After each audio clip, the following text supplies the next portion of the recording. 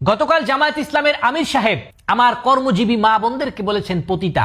ঠিক কয়েকদিন আগে জামায়াত ইসলামের আরেকজন নেতা তিনি বলেছেন ঢাকা বিশ্ববিদ্যালয়ে আগে নাকি পতিতালয় ছিল। আমি জামায়াত ইসলামের আমির সাহেবকে একটি বিষয় স্মরণ করিয়ে দিতে চাই, বাংলাদেশের অর্থনীতি সচল রাখার জন্য সবথেকে গুরুত্বপূর্ণ ভূমিকা পালন করে পোশাক শিল্প। সেই শিল্পের সবথেকে বেশি কর্মরত আমার মা, আমার বোন। এই নারীদের মধ্যে সবথেকে বেশিরভাগই অর্থের অভাবে এখানে কাজ করতে আসে। নিজের সন্তানের মুখে দুইটা ডাল ভাত তুলে দিতে পারে না, সেই অভাব থেকে এইখানে কাজ করতে আসে। বাংলাদেশে লক্ষ লক্ষ নারীরা বিভিন্ন বাসায় বাসায় কাজ করতে আসে। কেন আসে? কারণ সংসারের অভাবে বিভিন্ন পরিস্থিতির শিকার হয়ে আসে। আর আপনি সেই মা বোনদেরকে বানিয়ে দিলেন পতিতা।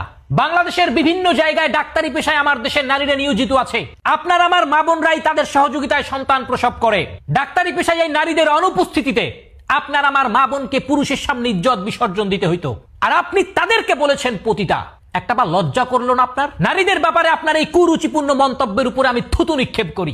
বাংলাদেশের কোন নারী পুরুষ আপনাদের এই কুরুচিপূর্ণ মনোভাবের সঙ্গে আপোষ করবে না। সমালোচনার মুখে পড়ে এখন আসছেন নাটক সাজাইতে।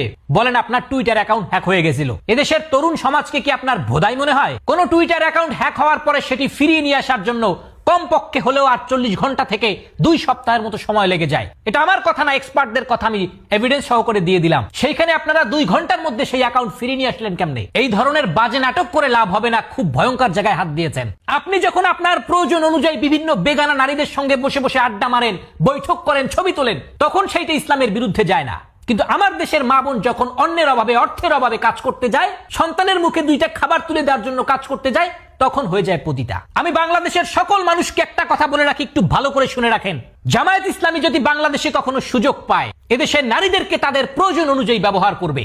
বাকি নারীদেরকে পর্দার দোহাই দিয়ে, ধর্মের দোহাই দিয়ে ঘরের মধ্যে আবদ্ধ করে নারীর অধিকারকে হরণ করবে। এই জামায়াত মুখে বলে ইসলাম, কিন্তু প্রকৃতপক্ষে ইসলামের রাজনীতি করে না, এরা করে উগ্রবাদের রাজনীতি। সুতরাং সময় থাকতে এই জামায়াতকে না বলুন, আমার মা বোনের ইজ্জতকে রক্ষা করুন।